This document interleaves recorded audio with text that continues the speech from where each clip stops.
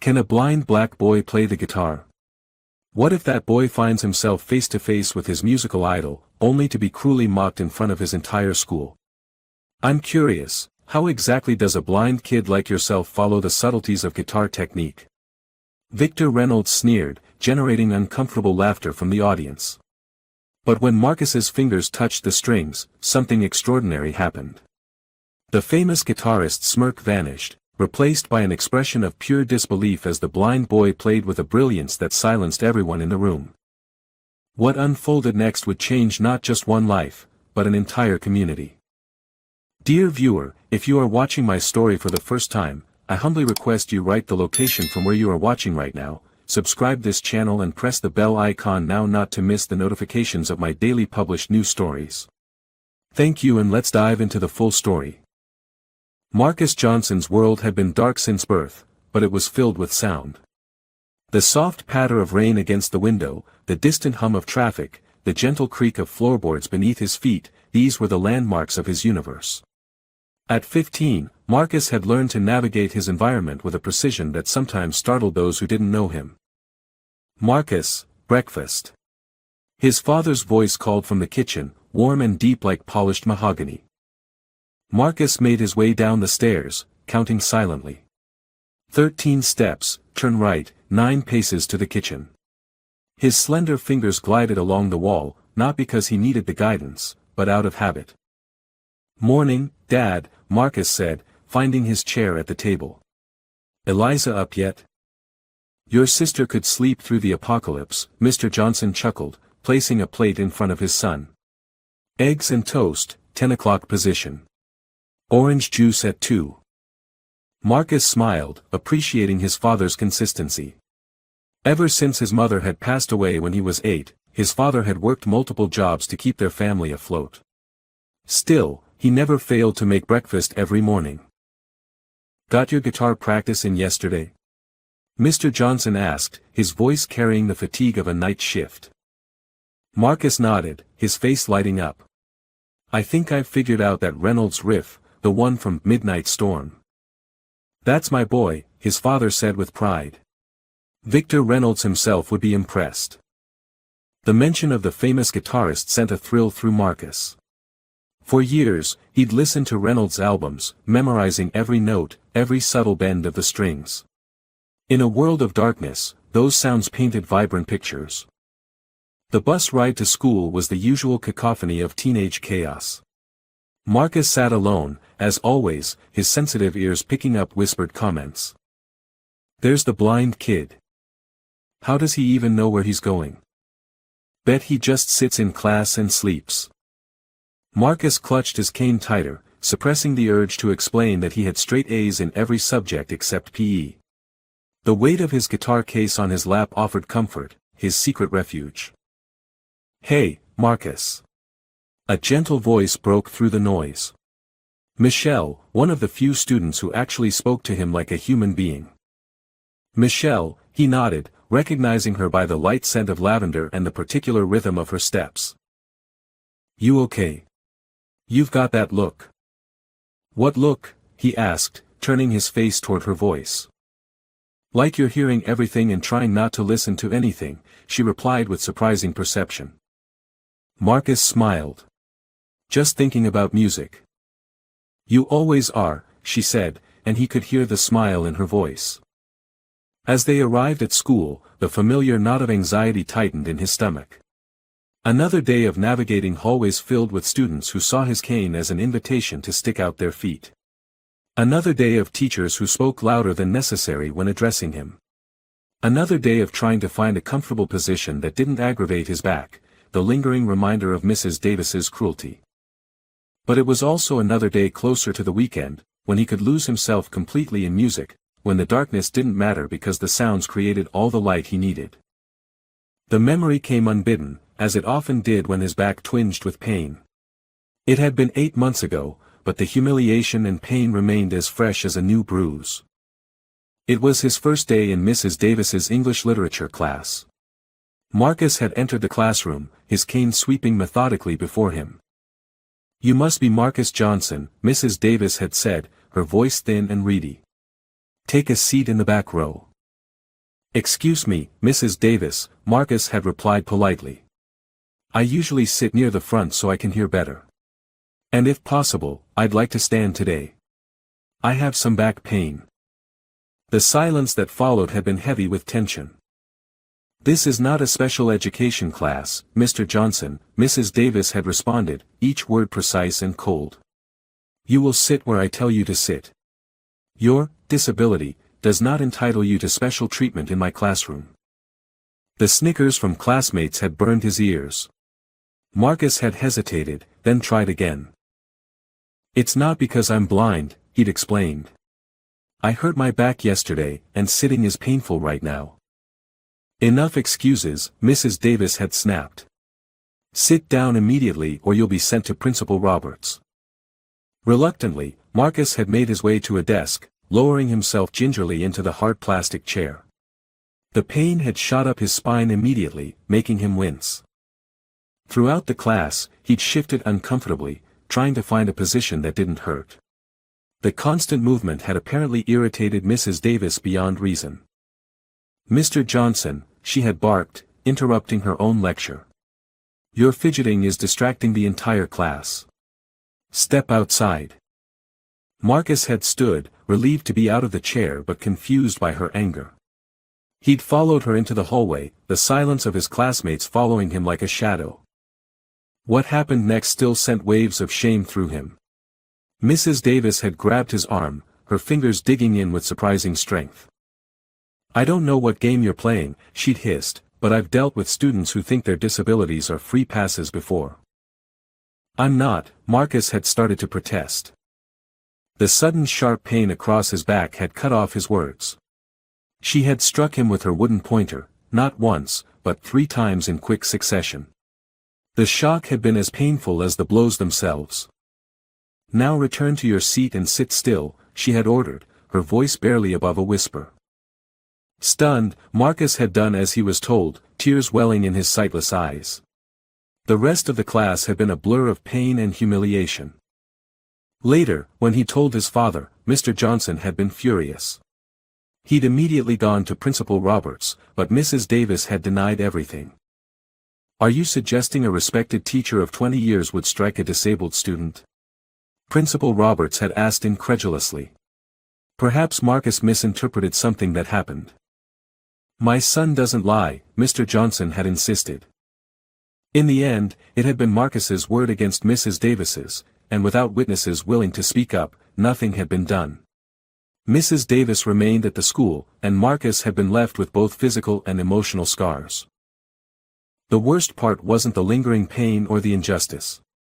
It was the knowledge that Mrs. Davis still taught at the school, that he could encounter her in the hallways at any moment. Each time he heard her voice, his muscles tensed involuntarily, the phantom sting of the pointer returning to haunt him. Since that day, Marcus had developed the habit of standing whenever possible, leaning against walls during classes when teachers allowed it. Most had heard rumors of what had happened and accommodated him without question. But the story had also somehow twisted, with some students believing he was just seeking attention. The only place Marcus felt truly safe was the music room, where the language of notes and chords replaced the cruelty of words and judgments. "Hey, Stevie Blunder. Catch!" Marcus sensed rather than heard the object flying toward his face. He ducked instinctively, the paper ball grazing his ear before hitting the lockers behind him with a soft thud. Laughter erupted around him. Tyler Williams and his friends had made tormenting Marcus their favorite pastime.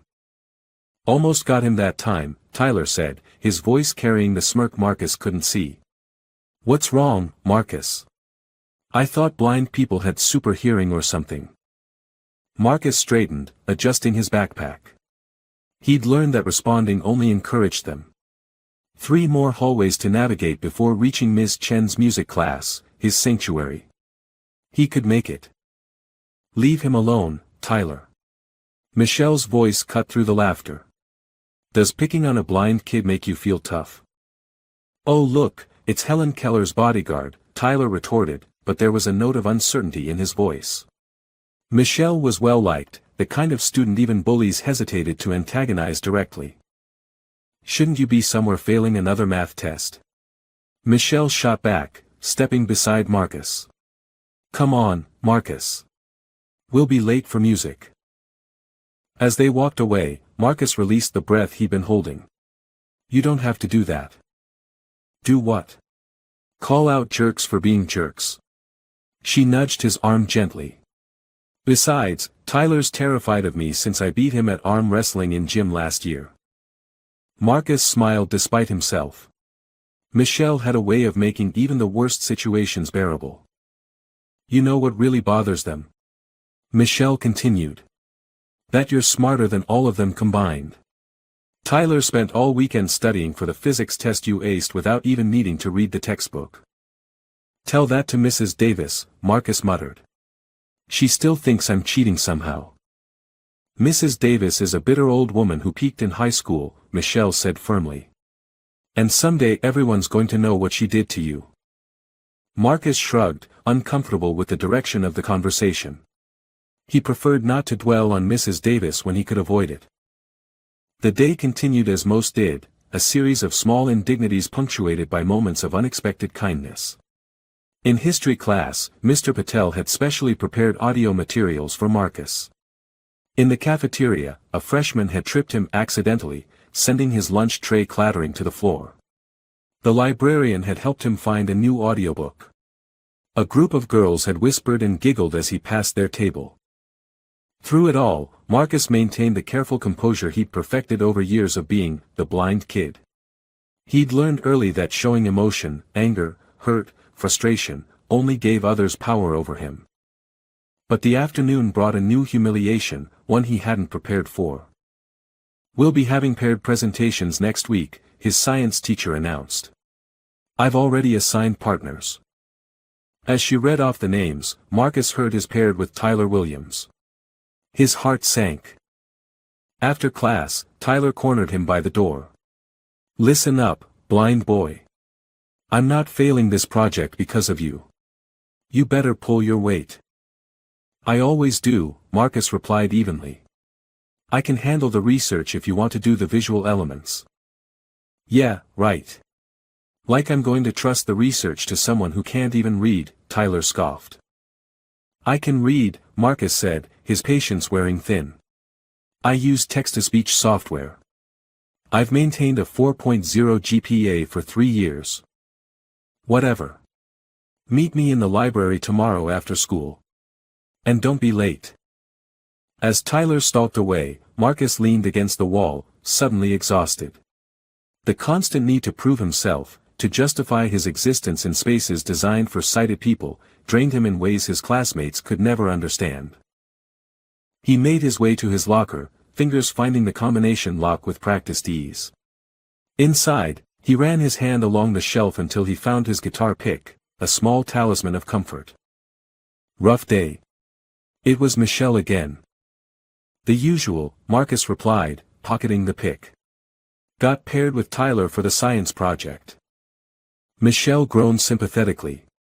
"That's cosmically unfair. Want me to talk to Mrs. Branson?" "No," Marcus said quickly. "That would just make it worse." The last thing he needed was to be labeled a complainer on top of everything else. "Well, at least there's something to look forward to," Michelle said, her voice brightening. "Have you heard the news?" "What news?" "Victor Reynolds is coming to the school next month for the charity concert." "The Victor Reynolds. Your guitar hero." For the first time that day, genuine excitement coursed through Marcus. Victor Reynolds, whose music had been his companion through countless dark nights, whose guitar solos Marcus had painstakingly taught himself by ear.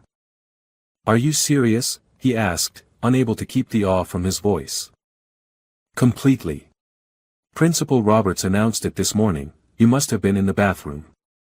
He's doing some kind of educational tour, performing at schools and teaching master classes." For a moment, all the day's humiliations faded. Victor Reynolds, in his school. Maybe, just maybe, Marcus would get the chance to meet him, to show him what his music had meant to a blind boy who found light in sound. "That's incredible," he managed, his mind already racing with possibilities. "I know," Michelle agreed. "And who knows? Maybe you'll get to play with him." Marcus laughed, but a small spark of hope ignited in his chest. Why not dream? After all, in the darkness, dreams were as real as anything else. As he headed to his final class, Marcus walked with a new lightness in his step. For once, he barely noticed the stares, the whispers, the casual cruelty of hallways filled with teenagers who feared difference. Instead, his mind filled with music, the complex melodies of Victor Reynolds' greatest hits playing in perfect detail, note for note, in his memory. For a few precious moments, Marcus wasn't the blind kid, the target, the outsider. He was simply a musician, dreaming of playing alongside his idol.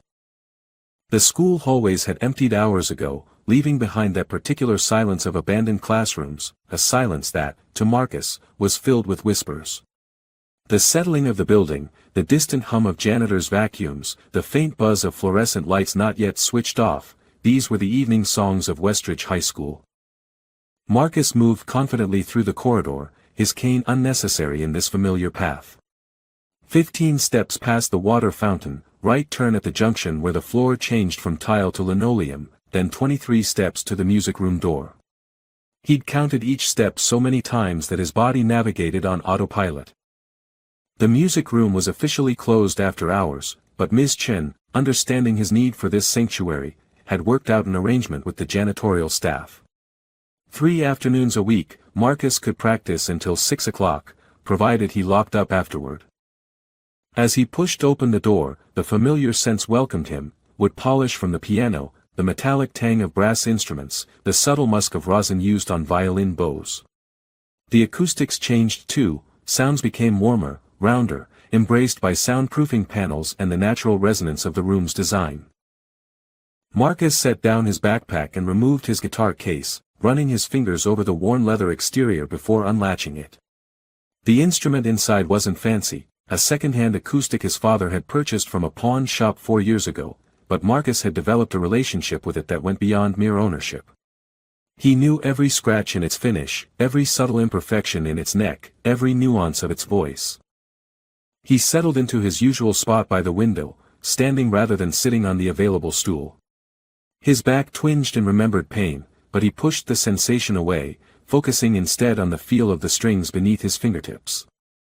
He began with scales, warming up methodically.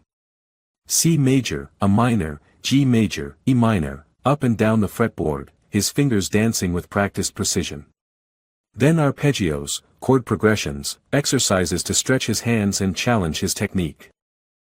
Only when he was fully warm did he allow himself to play what he truly wanted, Victor Reynolds' latest composition, Midnight Storm. The complex piece had been released just 2 months ago, and Marcus had been working obsessively to master it, listening to the recording hundreds of times to catch every nuance. He began the gentle introduction, his fingers coaxing the notes from the strings with delicate touch. As the piece progressed, building toward its thunderous middle section, Marcus lost himself in the music. His body swayed, his expression intense with concentration and emotion.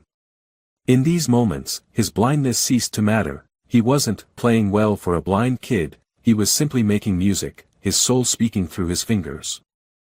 So absorbed was he that he didn't hear the door open, didn't sense Ms. Chen standing there, listening with widening eyes and parted lips. Only when he finished the piece, the final haunting note hanging in the air, did he become aware of another presence.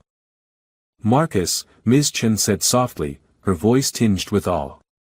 "That was extraordinary." Marcus startled slightly, his fingers stilling the strings. "Ms. Chen. I didn't hear you come in." "I'm not surprised. You were completely immersed." She moved closer, her footsteps light on the carpeted floor. "How long have you been working on that piece?"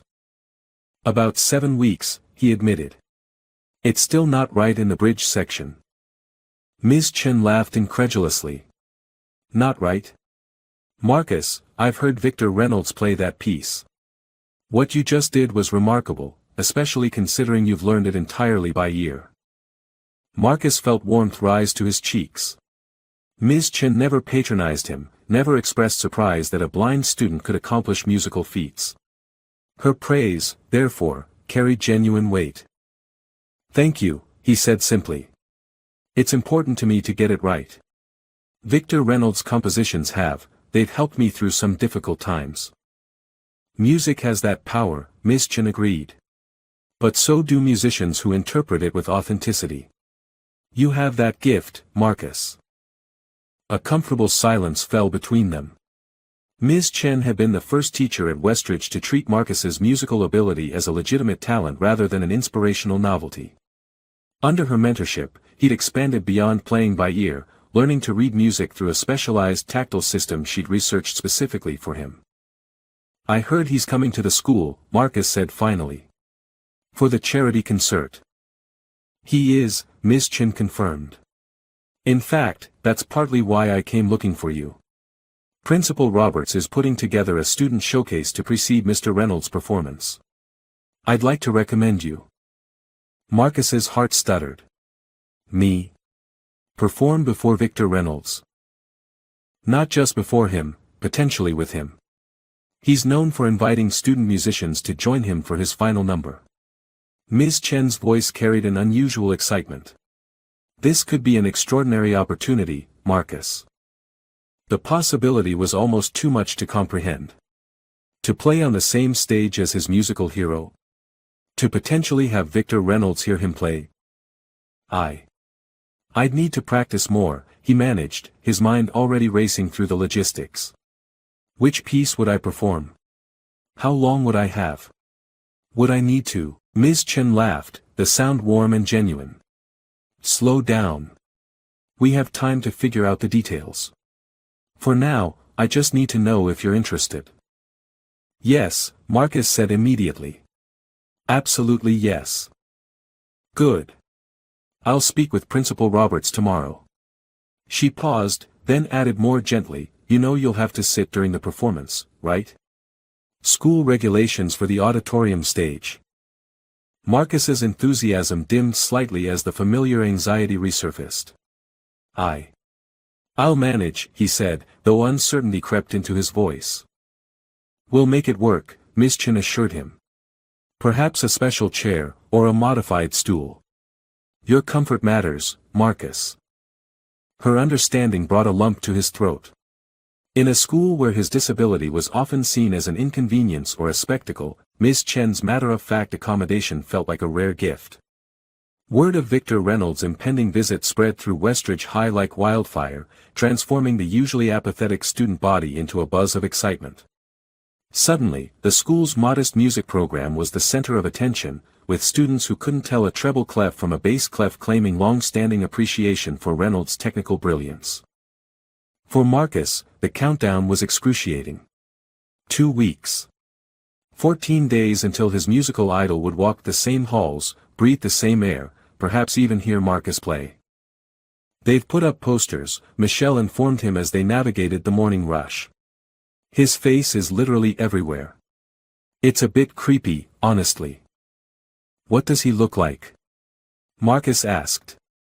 He'd explored Reynolds' album covers with his fingers, tracing the embossed imagery, but had never formed a clear picture of the man himself. Exactly like you'd expect a famous guitarist to look, Michelle replied. Long hair, intense eyes, perpetual expression like he's having profound thoughts about the universe. Probably practices that face in the mirror. Marcus laughed. Michelle had a gift for cutting through pretension. Is he as handsome as they say on the radio interviews? If you like the, I haven't slept in 3 days because I've been communing with my guitar, look, sure, she teased. But yeah, he's not bad. The teachers are even worse than the students. I swear I saw Mrs. Hendricks fixing her makeup before music theory yesterday. Their conversation was interrupted by Principal Roberts' voice over the intercom, crackling with unusual enthusiasm. Attention students and faculty. As you know, we are honored to be hosting world-renowned guitarist Victor Reynolds next Friday for our annual charity concert. In preparation for this special event, we will be holding auditions for student performers this afternoon. Interested students should report to the auditorium after final bell. Thank you. Michelle nudged Marcus. That's you. Front and center. Maybe, Marcus said, sudden doubt creeping in. There are a lot of talented musicians here. None like you, Michelle stated firmly. Ms. Chen's been telling everyone who'll listen that you've mastered Midnight Storm in less than 2 months. Before Marcus could respond, a new voice interjected, smooth, practiced, carrying the artificial warmth of someone used to managing public perception. Did I hear someone mention Midnight Storm? That's a Victor Reynolds piece, isn't it? Marcus turned toward the unfamiliar voice. Yes, from his latest album. Impressive that you'd know that, young man. I'm James Harrington, Mr. Reynolds' manager. Just here doing some advance work before next week's event. Marcus extended his hand in the direction of the voice, making sure his movement was deliberate enough to signal his blindness without drawing explicit attention to it. Marcus Johnson. Nice to meet you, sir. There was the briefest hesitation before the man took his hand, a pause Marcus was all too familiar with, the moment when people recalibrated their assumptions. Likewise, James said, his tone shifting subtly to what Marcus mentally labeled a special voice, the one adults used when suddenly aware of his disability. Are you a fan of Mr. Reynolds' work? Very much so, Marcus replied, keeping his voice steady despite the excitement thrumming through him. His compositional structure is fascinating, the way he builds tension through unexpected chord progressions, then releases it with those signature arpeggios. James chuckled, seemingly surprised by the technical assessment. Well, well. A true connoisseur. Perhaps you'll be participating in the student showcase. He will, Michelle interjected firmly. He's the best guitarist in the school. Michelle, Marcus murmured, embarrassed by her forthright praise. Is that so? James sounded intrigued. Mr. Reynolds always enjoys meeting young musicians. I'll make a note to mention you specifically. The thought of being mentioned specifically to Victor Reynolds sent a jolt of both terror and exhilaration through Marcus. That's very kind, sir, but not necessary, he managed. I'd just be honored to attend the same event. Modesty. Refreshing in a young musician. James's voice carried a smile. I must continue my tour with Principal Roberts, but I look forward to hearing you play, Marcus. As James's footsteps receded, Michelle grabbed Marcus's arm. Do you realize what just happened? Victor Reynolds' manager just practically guaranteed you a spot in the showcase. He was just being polite, Marcus said, but couldn't stop the smile spreading across his face. Besides, I still have to audition like everyone else. As if there's any question, Michelle scoffed. What will you play? Marcus considered this. Midnight Storm is technically impressive, but maybe too obvious. Rainfall in June shows better dynamic control, but it's older. Play what moves you, Michelle advised. That's what all the great artists say, right? Marcus nodded, grateful for her simple wisdom. The warning bell rang, signaling 3 minutes until first period. Better get moving, Michelle said. Can't have the star guitarist getting detention before his big audition. As they parted ways, Marcus found himself walking with lighter steps than usual. For once, the whispers that followed him in the hallway weren't about his blindness, they were about his music, his chance to perform alongside a legend. The day passed in a blur of anticipation, each class seeming longer than the last. By the time the final bell rang, Marcus's stomach was tight with nerves, his fingers itching for the comfort of his guitar strings. The week before the charity concert passed in a flurry of preparations. Marcus's audition had gone exactly as Michelle predicted. Ms. Chen had beamed with pride as he played a soulful rendition of Rainfall in June, and Principal Roberts had immediately placed him in the student showcase lineup. Fourth position, Michelle had reported after checking the posted list. Right before Victor Reynolds himself takes the stage. Prime spot. Now, as the day of the concert arrived, the school hummed with frantic energy. Volunteers decorated the auditorium with streamers and banners.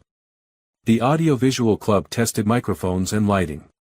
Local news crews set up in the parking lot. Marcus stood in the wings of the stage, guitar case in hand, listening to the chaos with a mixture of excitement and trepidation. The sound check had gone well that morning. He played a brief segment of his piece, getting comfortable with the acoustics of the packed auditorium. Nervous? Ms. Chen appeared beside him, her voice a welcome anchor amid the sensory overload. A little, Marcus admitted. More about meeting him than performing, actually. Well, you look very professional, she assured him. The suit jacket was a nice touch.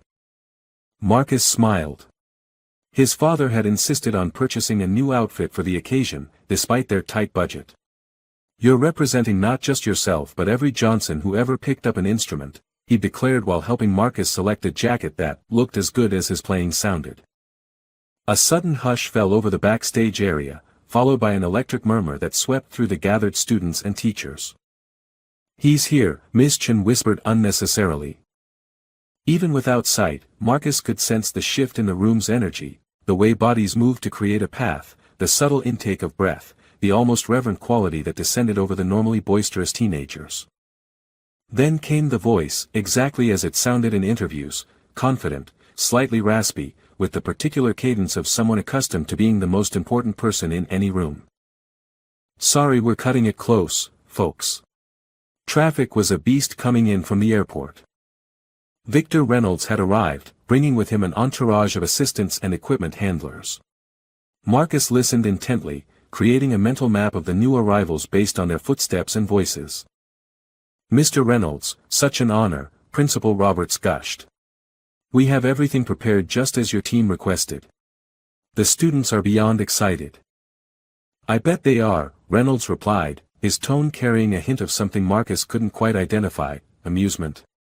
Condescension. Let's see what we're working with here. Footsteps approached, lighter than Marcus expected for a man of Reynolds' reputed stature. The scent of expensive cologne preceded him. And these must be our student performers, Reynolds said, his voice now closer. Talented kids, I'm sure. Exceptionally so, Ms. Chen replied, a protective note entering her voice. Each one personally selected through audition. Well, I look forward to being impressed, Reynolds said with practiced charm. Where's the setup for my equipment? As quickly as he'd approached, Reynolds moved on, directed by James toward the main stage area. The bubble of anticipation that had built in Marcus's chest deflated slightly. He wasn't sure what he'd expected, perhaps some brief interaction, a word of encouragement, but the casual dismissal stung more than he cared to admit. Don't take it personally, Miss Chen murmured, apparently reading his expression. These celebrity types are always distracted before performances. Marcus nodded, forcing a smile. Of course. He has a lot on his mind. The next hour passed in a blur of final preparations. The auditorium filled with excited students, parents, and community members, their collective voices creating a dull roar that penetrated even the thick curtains separating backstage from the audience. Marcus found a quiet corner, running through his piece mentally, fingers moving in silent rehearsal against his leg. He was so absorbed in his preparation that he almost missed the conversation happening just around the corner from his position. I still don't understand why we're doing these school events, Reynolds was saying, his public persona dropped to reveal an irritated undertone. I've got stadiums waiting to book us, James. Because, his manager responded patiently, it's excellent PR. The giving back to music education angle plays beautifully in interviews, and we need that kind of press with the new album dropping next month. Fine, but do I really have to jam with these kids? The last school had a drummer who couldn't keep basic 4/4 time. It's 3 minutes of your life, Victor. Smile, nod encouragingly, act like they're the next prodigy. The video clips will circulate for months, free publicity with the younger demographic. Marcus froze, the words hitting him like physical blows. His idol, the musician whose work had been a lifeline during his darkest moments, was treating this entire event as nothing more than a marketing exercise. Whatever, Reynolds sighed dramatically. But tell me there's at least decent coffee around here. I can't face another hour of teenage screeching without caffeine. Already handled, James assured him. And remember, the local press is here. Big smiles, inspirational quotes about nurturing young talent. Got it. Music saved my life as a troubled teen, and I'm here to pass that gift forward. How's that? Perfect. You're on after the fourth student performer, some guitar kid the music teacher's raving about. Great, Reynolds said with transparent insincerity. Can't wait. Their footsteps moved away, leaving Marcus rooted in place, a cold hollowness spreading through his chest. The man whose music had helped him cope with blindness, with bullying, with the daily indignities of being different, that man was nothing but a carefully constructed image, a marketing strategy with a guitar. Marcus? Michelle's voice broke through his stunned silence. They're calling the performers to line up. Are you okay? You look like you've seen a ghost. The irony of her choice of words might have made him smile under different circumstances. Instead, he simply nodded, gripping his guitar case more tightly. I'm fine, he lied, following her toward the lineup position. Just focusing on the performance. As he took his place in line, listening to the first student performer being announced to enthusiastic applause, Marcus wrestled with a painful realization: sometimes meeting your heroes was exactly as disappointing as people warned. The question now was whether he could still play his heart out for someone who, it turned out, had no interest in listening. The first 3 student performances passed in a blur of nervous energy and polite applause. A violinist played a classical piece with technical precision but little emotion. A pianist performed an original composition that showed promise despite some structural weaknesses. A saxophone quartet delivered a jazz standard with impressive coordination. And then it was Marcus's turn. Our next performer has overcome significant challenges to develop his extraordinary musical talent, Principal Roberts announced, his voice booming through the auditorium speakers. Please welcome to the stage, Marcus Johnson. The applause started as Marcus made his way carefully onto the stage, his cane extended before him. He could feel hundreds of eyes tracking his movement, could sense the shift in the audience's energy, that familiar mixture of curiosity, discomfort, and the particular quality of attention reserved for what people viewed as inspirational moments. Ms. Chen had positioned a stool center stage, with a microphone angled to capture both his voice and his guitar. Marcus found it with practiced ease, setting down his cane and removing his guitar from its case. As he prepared to sit, a sharp memory of pain flashed through his mind, Mrs. Davis's pointer striking his back, the humiliation that followed. He hesitated, then made a split-second decision. He would stand. I prefer to play standing, if that's all right, he said into the microphone, his voice steadier than he felt. A moment of confused silence followed before Principal Roberts called from off stage, of course, Marcus. Whatever makes you comfortable. Marcus positioned himself before the microphone, taking a deep breath to center himself. Despite the disappointment of learning Victor Reynolds' true character, the music itself remained uncorrupted. He would play not for the man, but for the art that had sustained him. I'll be performing Rainfall in June by Victor Reynolds, he announced, fingers finding their starting position on the fretboard. Just as he was about to begin, a voice called out from the side of the stage. Hold on a minute. The audience murmured in surprise as Victor Reynolds himself strolled onto the stage, his boots making distinctive clicks against the wooden floor. If you're going to play my music, kid, I want to hear it up close, Reynolds said, his voice carrying the practiced charm that had won him millions of fans. Marcus's heart raced. Despite what he'd overheard backstage, having his musical idol standing just feet away sent a rush of adrenaline through his system. Mr. Reynolds, Principal Roberts gushed from off stage, this is unexpected but wonderful. Just doing my part for music education, Reynolds replied smoothly, positioning himself at the edge of Marcus's peripheral awareness. So, young man, you're a fan of my work? Yes, sir, Marcus managed, trying to keep his voice steady. Your compositions have meant a great deal to me. That's touching. Reynolds's voice carried an undercurrent that made Marcus tense slightly. And you've chosen Rainfall in June. Interesting choice. Not my most technical piece. But one of your most emotionally complex, Marcus responded before he could stop himself. The interplay between the minor progressions in the verses and the major resolution in the chorus creates a narrative arc that speaks to hope emerging from melancholy. A beat of silence followed before Reynolds laughed, not the warm chuckle of appreciation, but something sharper, less kind. Well, someone's been reading music theory blogs, he said, generating uncomfortable laughter from parts of the audience. But I'm curious, how exactly does a blind kid like yourself follow the subtleties of guitar technique?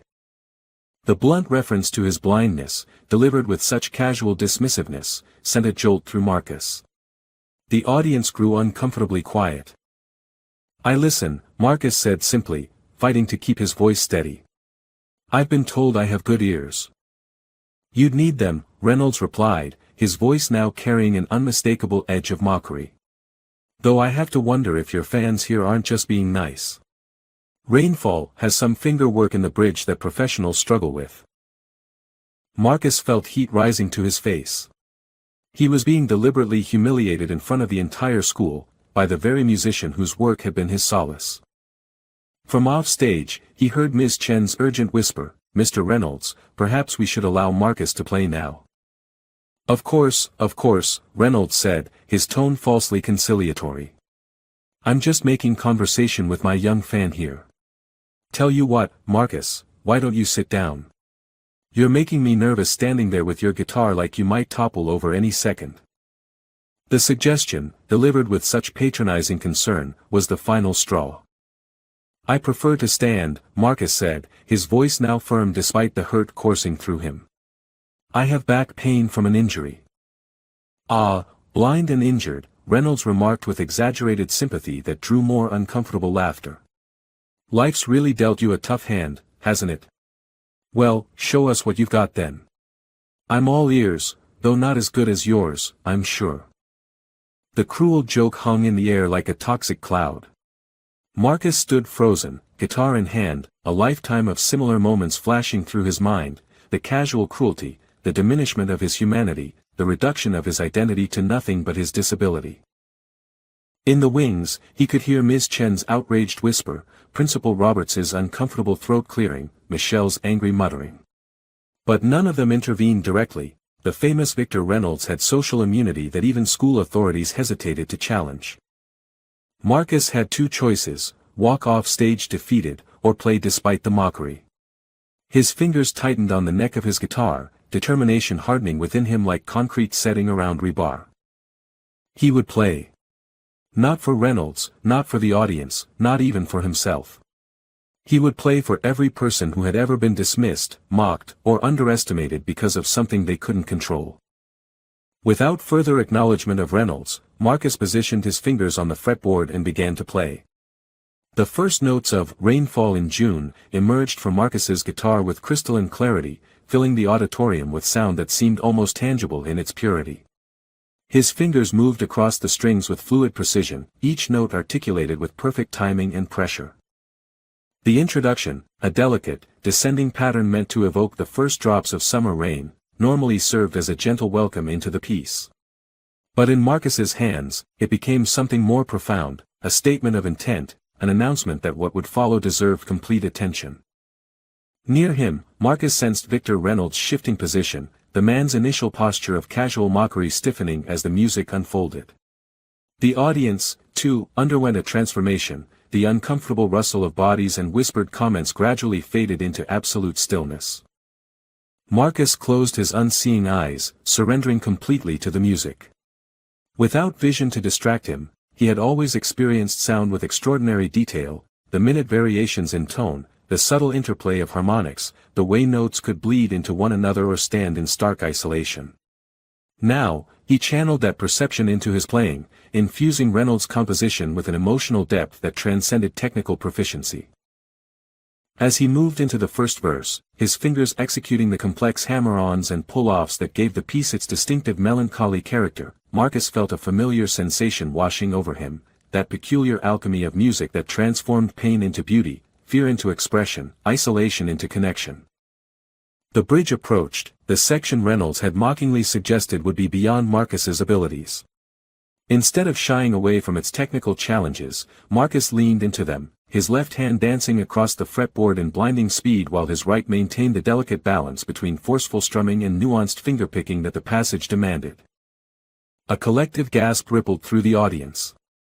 Even without seeing their faces, Marcus could feel the shift in the room's energy, surprise giving way to awe, skepticism yielding to respect.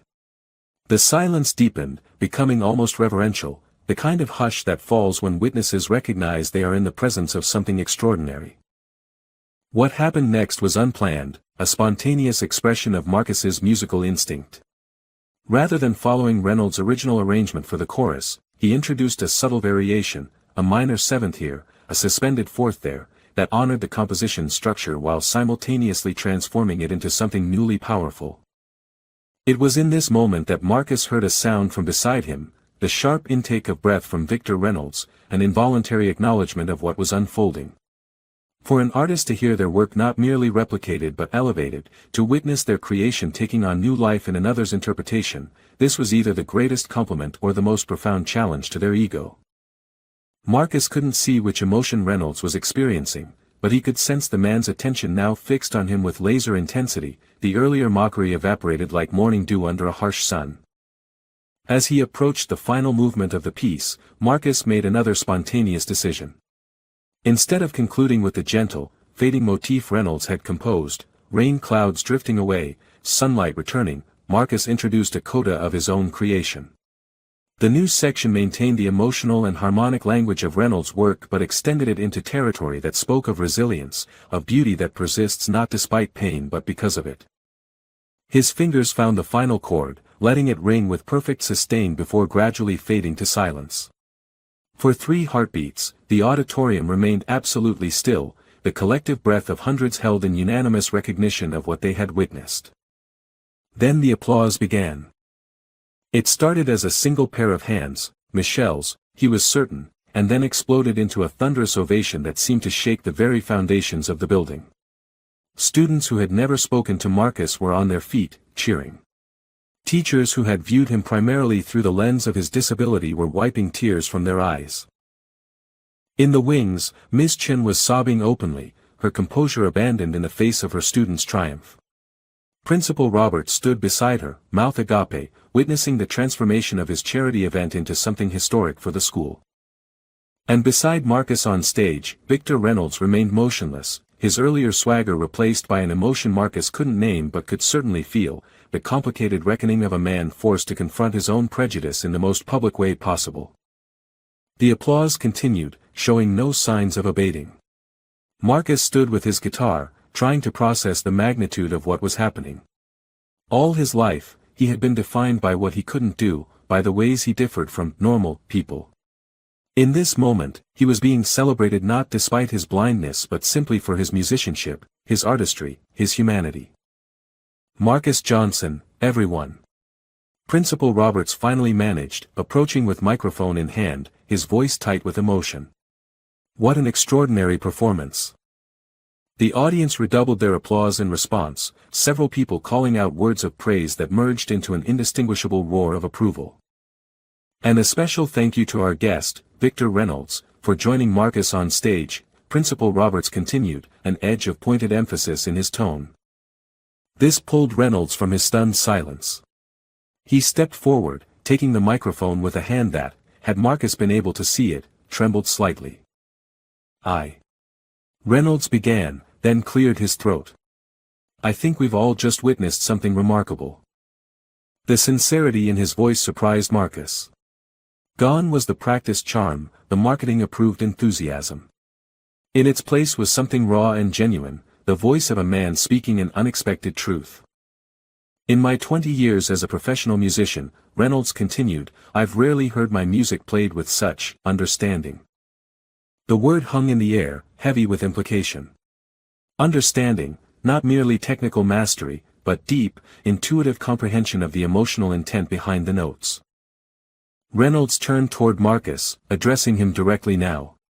Young man, I owe you an apology. And more than that, I owe you my gratitude. You've reminded me of something I'd forgotten about music, about why I started playing in the first place. The audience had fallen silent again, witnessing this unexpected moment of humility from a man known for his ego as much as his talent. Marcus stood still, guitar in hand, absorbing words he never expected to hear from his musical idol. The disappointment of their earlier interaction still stung, but something new was unfolding, something that spoke to music's power to bridge divides, to communicate across barriers of understanding and prejudice. Would you?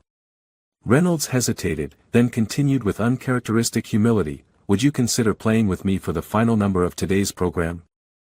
The invitation, genuine, unplanned, born of genuine respect rather than PR calculation, hung in the air between them. Marcus stood motionless, Reynolds' invitation echoing in his ears. The auditorium remained hushed, hundreds of people collectively holding their breath, waiting for his response. Time seemed suspended, stretching like taffy in the charged atmosphere. I would be honored, Marcus finally said, his voice steady despite the emotional tempest within him. The audience erupted again, this latest development adding to the already electric atmosphere. In a matter of minutes, Marcus had transformed from a student performer to be politely tolerated into a musician whose collaboration was actively sought by a world-famous guitarist. Reynolds cleared his throat, addressing the audience as stage hands rushed to bring him his own guitar. Change of plans, folks. Instead of my planned set list, Marcus and I will be improvising. A proper musical conversation between two guitarists. As Reynolds spoke, Marcus's mind flashed back to the countless hours he'd spent alone in his bedroom, teaching himself to play. He remembered the frustration of those early days, fumbling fingers, discordant notes, the particular difficulties blindness presented to learning an instrument typically taught through visual demonstration. He remembered his father sitting beside him, patiently guiding his fingers to the correct positions on the fretboard. Music isn't in the eyes, son, Mr. Johnson had said. It's in the ears, the heart, the soul. And you've got all those in abundance. He remembered the first time he'd successfully played a complete song, the sense of accomplishment washing over him like a wave. He remembered discovering Victor Reynolds' music, the revelation of complex compositions that spoke to both technical mastery and emotional depth. And now here he stood, about to play alongside the very musician who had unknowingly guided his development as an artist. Ready? Reynolds asked as a stagehand positioned a second microphone for his guitar. Yes, Marcus replied simply, though ready barely scratched the surface of the emotions coursing through him. Reynolds struck the first chord, G major, clean and bright. An invitation, a beginning. Marcus responded with G major seventh, adding complexity, suggesting possibilities. Reynolds added a run of notes that danced playfully around the established key, testing Marcus's ability to follow. Marcus not only followed but extended the musical phrase, taking it in a direction Reynolds hadn't anticipated, his fingers flying across the fretboard with confident precision. What emerged over the next several minutes was not merely a display of technical skill but a genuine musical dialogue. Like conversationalists who finish each other's sentences, the two guitarists anticipated and responded to each other's musical ideas with intuitive understanding. Reynolds introduced elements of Spanish flamenco, Marcus seamlessly incorporated them while subtly transitioning toward jazz-influenced harmonies. Reynolds picked up the jazz thread and wove in classical counterpoint, Marcus acknowledged this historical nod and brought in contemporary syncopation that made the centuries-old techniques feel fresh and relevant. Throughout this exchange, Marcus maintained perfect awareness of Reynolds' playing, his extraordinary hearing allowing him to pick up nuances that even sighted musicians might miss, the slight hesitation before a key change, the subtle shift in finger pressure that signaled an intended dynamic variation. As they played, Marcus sensed another shift in Reynolds, the last vestiges of condescension giving way to genuine respect between musical equals. There was something profoundly equalizing about this wordless conversation, this shared language that transcended sight, transcended prejudice, transcended the artificial hierarchies of fame and status. The improvisation reached its natural conclusion, both guitarists arriving at a harmonic resolution simultaneously, their final notes hanging in perfect complementary resonance before fading into silence. For a moment, the auditorium remained perfectly still, a collective recognition that they had witnessed something exceptional. Then the silence shattered as the audience rose to their feet, applause thundering through the space with roof-raising intensity. Reynolds turned to Marcus, and though Marcus couldn't see the expression on the famous guitarist's face, he could hear the sincerity in his voice when he spoke. That was. I've never experienced anything quite like that, Reynolds said, genuine or replacing his earlier patronizing tone. Where did you learn to play like that? Mostly self-taught, Marcus replied. With your albums as my textbooks. Reynolds shook his head in disbelief. Self-taught. And blind since birth, right? Yes. That's. Reynolds seemed to struggle for words. People have been telling me I'm a guitar genius since I was 16. But what you just did. That's actual genius. Principal Roberts approached, barely containing his excitement. Ladies and gentlemen, what a spectacular demonstration of musical brilliance. Let's hear it again for Victor Reynolds and our very own Marcus Johnson. The audience responded with renewed enthusiasm, the applause now interspersed with chants of Marcus. Marcus. As they left the stage together, Reynolds placed a hand on Marcus's shoulder. We need to talk after this is over. Seriously. You have a gift that shouldn't remain hidden in a high school auditorium. Before Marcus could respond, he was surrounded by classmates and teachers offering congratulations. Michelle pushed through the crowd, practically tackling him with a hug. You did it, she exclaimed, her voice thick with emotion. You showed everyone, especially that arrogant jerk. He's not so bad, Marcus found himself saying, surprising himself with the generosity of the sentiment. Just, misguided maybe. Misguided? He humiliated you in front of everyone. Michelle protested. And then he admitted he was wrong, Marcus pointed out. That takes a different kind of courage. As the crowd around him continued to grow, Marcus felt a strange sense of disorientation. For years, he had existed on the periphery of school social life, tolerated but rarely truly included, acknowledged but seldom celebrated. Now, suddenly, he was the center of attention, his name on everyone's lips. It was overwhelming, disorienting, and yet somehow healing, as if a wound he'd carried so long he'd forgotten it was there had suddenly been acknowledged and dressed. Yet amid the celebration, the memory of Mrs. Davis's cruelty, of the daily indignities he faced, remained like a shadow at the edges of this moment of triumph. One extraordinary performance hadn't erased the systemic challenges he faced as a blind student in a world designed for the sighted. But perhaps, he thought as hands patted his back and voices praised his talent, it had created a crack in the wall, a beginning, a possibility for change. The school's auditorium had emptied hours ago, but the echoes of Marcus's performance seemed to linger in the air like invisible reverberations. He sat alone in the music room, fingers idly tracing the contours of his guitar case, still processing the seismic shift in his reality. The door opened with a soft creak, followed by Ms. Chen's distinctive footsteps. There you are, she said, relief evident in her voice.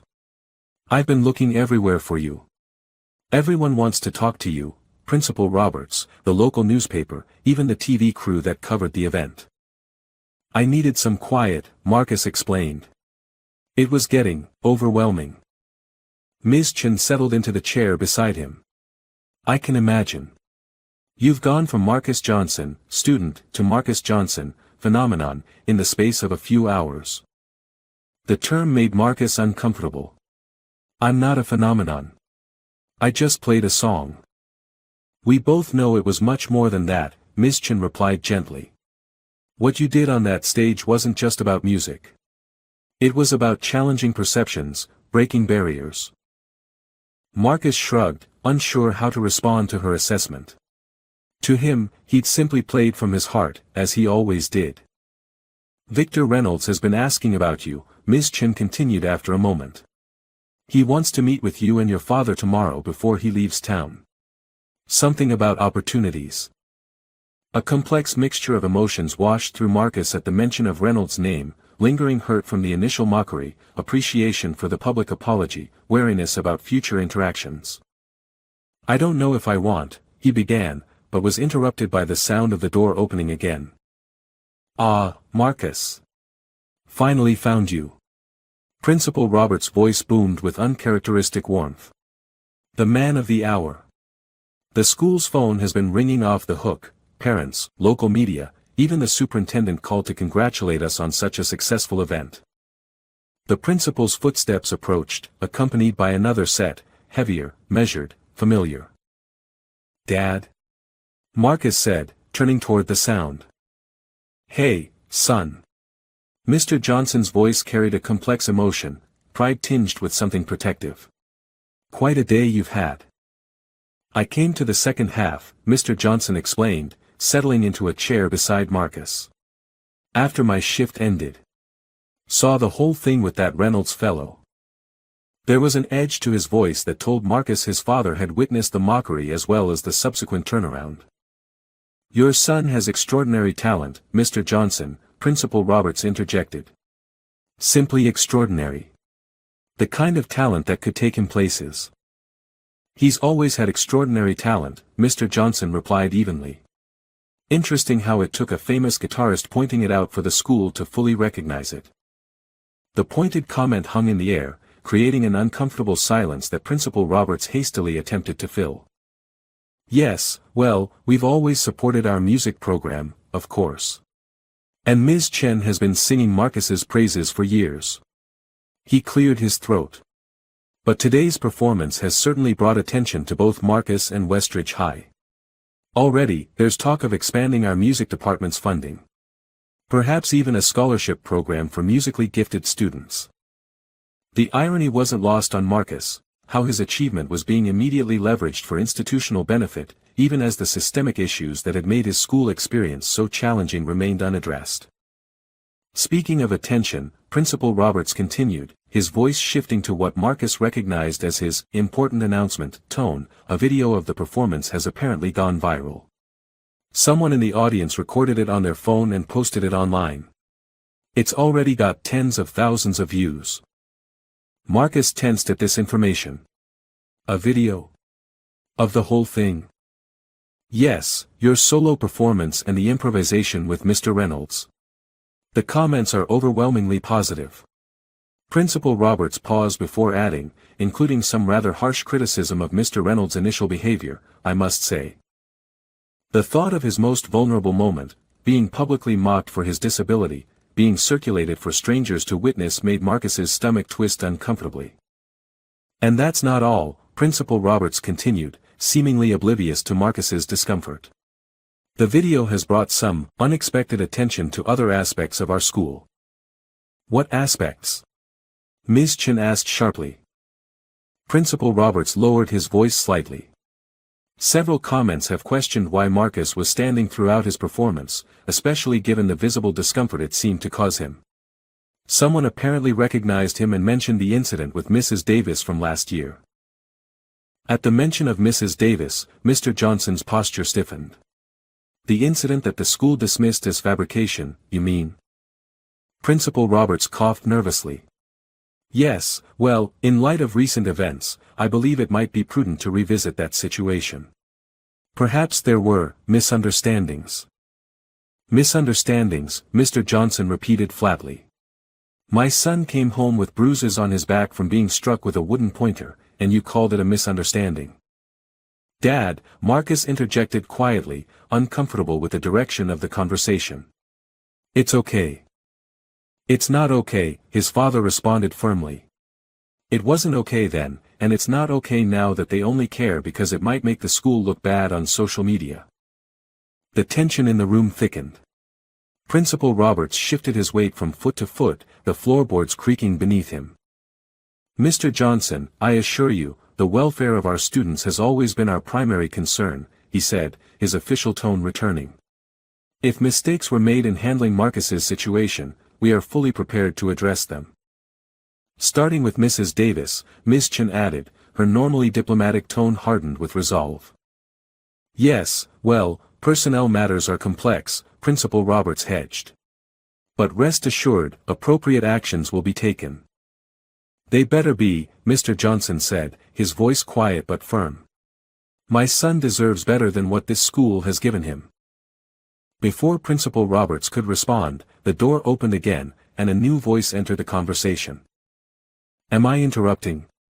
Victor Reynolds asked, stepping into the music room with James, his manager, following close behind. The atmosphere in the room shifted instantly, all attention redirecting to the famous musician. Marcus noticed how Principal Roberts's posture changed, how his voice took on a deferential quality. "Not at all, Mr. Reynolds. We were just discussing Marcus's remarkable performance." Reynolds approached, his footsteps measured and deliberate. It was more than remarkable. It was revelatory. He directed his next words to Marcus. I meant what I said on stage. In 20 years of professional music, I've rarely encountered the level of intuitive musicality you demonstrated today. There was a sincerity in his voice that hadn't been present during their first encounter, the practiced charm replaced by something more genuine. Thank you, Marcus replied, unsure what else to say. I'd like to speak with you and your father privately, Reynolds continued. About your future. If you're willing. Principal Roberts immediately began ushering Ms. Chen toward the door. We'll give you some privacy. Mr. Reynolds, please let me know if there's anything at all the school can provide. As their footsteps receded and the door closed, leaving Marcus, his father, Reynolds, and James alone in the music room, Marcus found himself at a crossroads he'd never anticipated. Just hours ago, he had been simply a blind student trying to navigate the challenges of high school. Now, he sat in conversation with his musical idol, on the precipice of possibilities he'd barely allowed himself to dream about. Yet beneath the excitement lay caution. Reynolds had shown both cruelty and kindness in a single afternoon. The viral video had brought attention that might address the injustice he'd faced, but also exposed his most vulnerable moments to public consumption. As Reynolds began outlining possibilities, master classes, introductions to music school administrators, even potential recording opportunities, Marcus listened carefully, aware that his life was about to change in ways he couldn't fully predict or control. The Monday following the charity concert dawned with a palpable shift in the atmosphere at Westridge High. Marcus sensed at the moment he stepped off the bus, the unusual hush that fell as he appeared, followed by a wave of whispers, then a surge of greetings from students who had never before acknowledged his existence. Hey, Marcus, called a voice he recognized as belonging to a basketball player he'd never spoken with. That was sick what you did at the concert. Marcus. Will you sign my notebook? A freshman girl appeared at his side, pressing paper and pen into his hands. Michelle intercepted, her protective instincts kicking in. Give him some space, everyone. He's not a carnival attraction. As she guided him through the crowd, she provided a running commentary on the changed landscape. It's wild, Marcus. Your video hit 3 million views over the weekend. You're trending on every platform. There are reaction videos of people watching you play. Someone even made a remix of Reynolds looking progressively more shocked as you performed. Marcus absorbed this information with a mixture of disbelief and discomfort. What about the other stuff? About Mrs. Davis? Michelle's voice lowered. That's gone viral too. People are outraged. There's a hashtag Justice for Marcus. Parents have been calling the school all weekend demanding action. Before Marcus could respond, Principal Roberts's voice came over the intercom, its usual authoritative tone somewhat subdued. Good morning, students and faculty. I would like to address certain rumors circulating within our community. The administration is currently conducting a thorough review of allegations regarding inappropriate disciplinary methods. We take such matters extremely seriously and are committed to ensuring all students learn in a safe, supportive environment. In the meantime, Mrs. Davis has been placed on administrative leave pending full investigation. A cheer erupted in the hallway, startling Marcus with its intensity. For months, his experience had been dismissed, his pain invalidated. Now, suddenly, the tide had turned with dizzying speed. Did you hear that? Michelle exclaimed, squeezing his arm. They finally did something. It took you becoming internet famous, but still. Marcus felt oddly hollow at the news. Not because he didn't want justice, he did, but because it had taken external pressure, viral outrage, and public embarrassment for the school to acknowledge what he had been telling them all along. Mr. Johnson. The voice belonged to Principal Roberts, who had apparently been making his way through the crowded hallway. Could I see you in my office before first period? Michelle gave Marcus's arm a reassuring squeeze before reluctantly releasing him. I'll save you a seat in biology. In the principal's office, Marcus was surprised to find his father already present, along with a woman whose perfume he didn't recognize. Marcus, thank you for joining us, Principal Roberts began, his voice carrying an unfamiliar note of deference. This is Ms. Patterson from the school board. She's here to discuss, well, several matters concerning your education. Good morning, Marcus, Ms. Patterson greeted him, her voice warm and professional. I want to first express the board's profound regret for what you experienced at the hands of Mrs. Davis. Your father has shared the details, and I assure you, such behavior is completely unacceptable and contrary to everything our district stands for. Marcus nodded, uncertain how to respond to this official acknowledgement that arrived nearly a year too late. We're implementing several immediate changes, Ms. Patterson continued. Beyond Mrs. Davis's administrative leave, we're conducting a comprehensive review of all disciplinary practices within the district. Additionally, we're instituting mandatory sensitivity training for all staff regarding students with disabilities.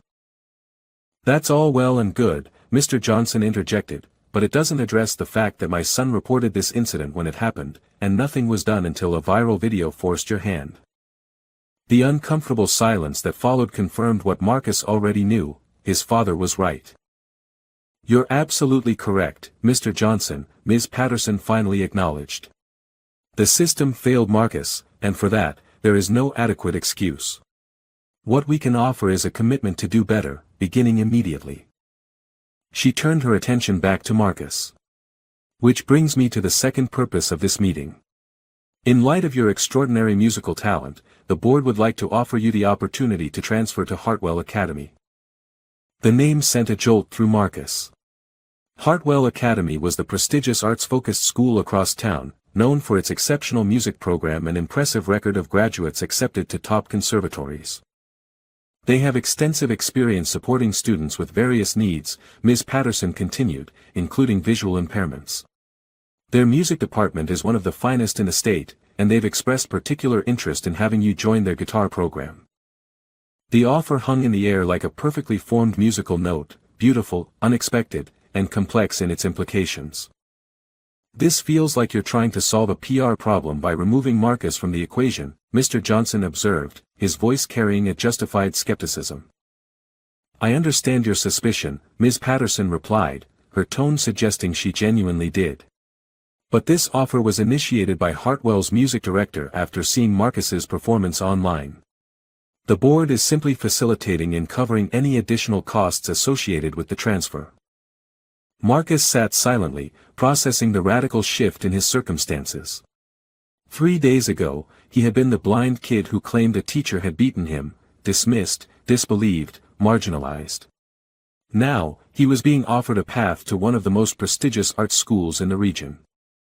What about Michelle? He asked, the question emerging before he'd fully formulated his thoughts. And Ms. Chen. They believed me when no one else did. Principal Roberts cleared his throat. Your loyalty is commendable, Marcus, but this is an extraordinary opportunity.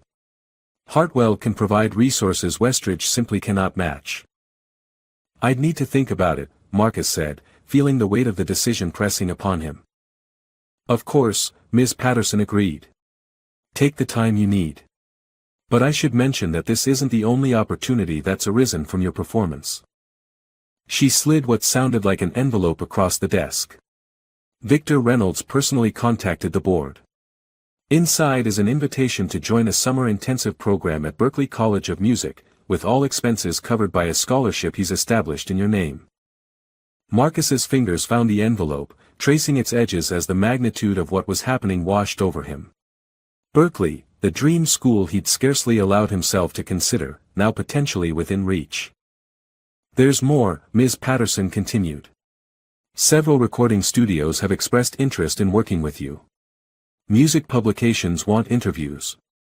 Your performance has opened doors that few high school musicians ever encounter. As the meeting concluded and Marcus made his way to his first class, now 15 minutes late, though somehow he doubted any teacher would reprimand him, he felt untethered from the reality he'd known just days before. The hallway that had once been a gauntlet of indifference or casual cruelty now parted before him like the Red Sea, whispers of admiration replacing the all-too-familiar mocking tones. Tyler Williams, who had tormented him relentlessly, called out a greeting as though they were old friends. The same teachers who had treated his blindness as an inconvenience now spoke to him with newfound respect. It was dizzying, disorienting, and somewhere beneath the validation, slightly troubling. Because Marcus knew that he was the same person he had been before the concert, the same musician, the same student, the same blind boy navigating a sighted world. Only the perception had changed, not the reality. And in that recognition lay both opportunity and caution, the chance to leverage this moment for genuine change, and the wisdom to understand that popularity, like fame, was as fickle as it was powerful. As he settled into his desk in biology class, Michelle leaned over to whisper, "So, what did Roberts want?" Marcus hesitated, then simply said, "I'll tell you later. It's complicated." For now, he needed to absorb the reality of how dramatically his life had changed, and to consider carefully what he would do with the opportunities that had been suddenly, explosively, thrust into his hands. 6 months after the charity concert that changed everything, Marcus stood backstage at Symphony Hall, guitar in hand, listening to the murmur of the gathering audience. The journey from high school outcast to featured performer in a prestigious musical showcase had been as challenging as it was unexpected. 5 minutes, Marcus, called the stage manager, her footsteps brisk and professional as she moved on to alert other performers. "Nervous?" asked a now familiar voice. Victor Reynolds approached, his own guitar case in hand. "A little," Marcus admitted. Their relationship had evolved into something neither could have predicted on that fateful day at Westridge High, not quite friendship, but a mentorship tinged with mutual respect that had deepened during the Berkeley summer program. "You'll be brilliant," Reynolds assured him, the sincerity in his voice a far cry from the mocking tone of their first encounter. "You always are." The famous guitarist had undergone his own transformation since the viral video had captured his cruelty and subsequent humbling. The public backlash had been swift and severe, threatening the carefully cultivated image he'd built over decades. But rather than retreating or offering a manufactured apology, Reynolds had done something unexpected. He'd embraced the opportunity for genuine change. His establishment of the Scholarship Fund for Young Musicians with Disabilities had been just the beginning. He'd openly discussed his prejudices in interviews, acknowledging the unconscious biases that had led to his treatment of Marcus. The music industry, initially skeptical of this apparent redemption arc, had gradually come to accept the sincerity of his efforts. "First position tonight," Reynolds noted, nodding toward the program in Marcus's hand, a Braille version specially prepared by the event organizers. "Opening the show. That's quite an honor." "Terrifying is what it is," Marcus replied with a nervous laugh. "Following me with your performance isn't exactly going to be fair to me." Reynolds shook his head. "Don't sell yourself short. You've earned this spotlight." The past months had been a whirlwind of changes. After careful consideration, Marcus had accepted the transfer to Hartwell Academy, where the music program had indeed proven exceptional. The school's resources for visually impaired students went beyond mere accommodation to genuine integration, allowing Marcus to focus on his music without the constant struggle against systemic barriers. But he hadn't abandoned Westridge entirely. At his insistence, Michelle had been offered a place in Hartwell's prestigious creative writing program, her talent finally receiving the recognition it deserved. Together, they had formed a small but dedicated group that traveled between the schools, conducting workshops on accessibility and inclusion. Mrs. Davis's administrative leave had become permanent termination after the investigation uncovered multiple instances of inappropriate physical discipline, not just against Marcus but other vulnerable students. The revelation had triggered a district-wide examination of disciplinary practices and reporting procedures. Principal Roberts had also faced consequences, forced to acknowledge his role in dismissing valid complaints. Though he remained at Westridge, the experience had humbled him, making him more receptive to student concerns and more vigilant about protecting vulnerable students. And now, here stood Marcus, moments away from performing before a sold-out audience, his father and sister seated in the front row. "Marcus?" It was Ms. Chen, who had driven 2 hours to attend his performance. "Just wanted to wish you luck before you go on. Though you don't need it." He turned toward her voice, smiling. "I wouldn't be here without you." "Yes, you would," she replied firmly. "Your talent would have found its way regardless. I just had the privilege of witnessing it first. The stage manager returned. We're ready for you, Marcus. Taking a deep breath, Marcus made his way to the stage, his cane unnecessary on the path he had carefully memorized during rehearsal. The applause that greeted his appearance was thunderous, many in the audience familiar with his story, others simply there to witness the musician whose viral performance had captured international attention. As he positioned himself center stage, guitar ready, Marcus reflected on the journey that had brought him here. The pain, the humiliation, the persistent barriers, they hadn't disappeared from his life. His back still sometimes ached where Mrs. Davis's pointer had struck him. He still encountered people who spoke to him as though blindness equated to diminished intelligence or worth. But something fundamental had shifted, both within him and in the world around him. His music had created a bridge, allowing people to see beyond his disability to the human being beneath. And in doing so, it had opened doors not just for him, but potentially for others who would follow. Good evening, he spoke into the microphone, his voice steady and clear. My name is Marcus Johnson, and I'd like to play something new for you tonight, a piece I've composed called, Visible in Darkness. His fingers found the strings, and music filled the hall, music that spoke of struggle and resilience, of pain transformed into beauty, of a young man who had found his voice in a world that had tried to silence him. As the final notes faded, Marcus stood in the perfect silence that precedes thunderous applause, knowing that whatever came next in his journey, he would face it not as a victim, but as an artist, visible, valued, and finally heard. Dear friend, stories like Marcus's remind us that talent and human worth exist in every body, regardless of ability, race, or circumstance. Too often, we judge others based on what we see rather than who they truly are. Today, I challenge you to look beyond appearances, to listen before judging, and to remember that everyone deserves dignity and respect. If this story touched your heart, please like this video and subscribe to our channel. Your support helps us continue sharing these powerful narratives that not only entertain but also open minds and hearts. Together, we can build a world where people like Marcus aren't exceptional stories, but simply valued members of our shared community. Thank you for listening.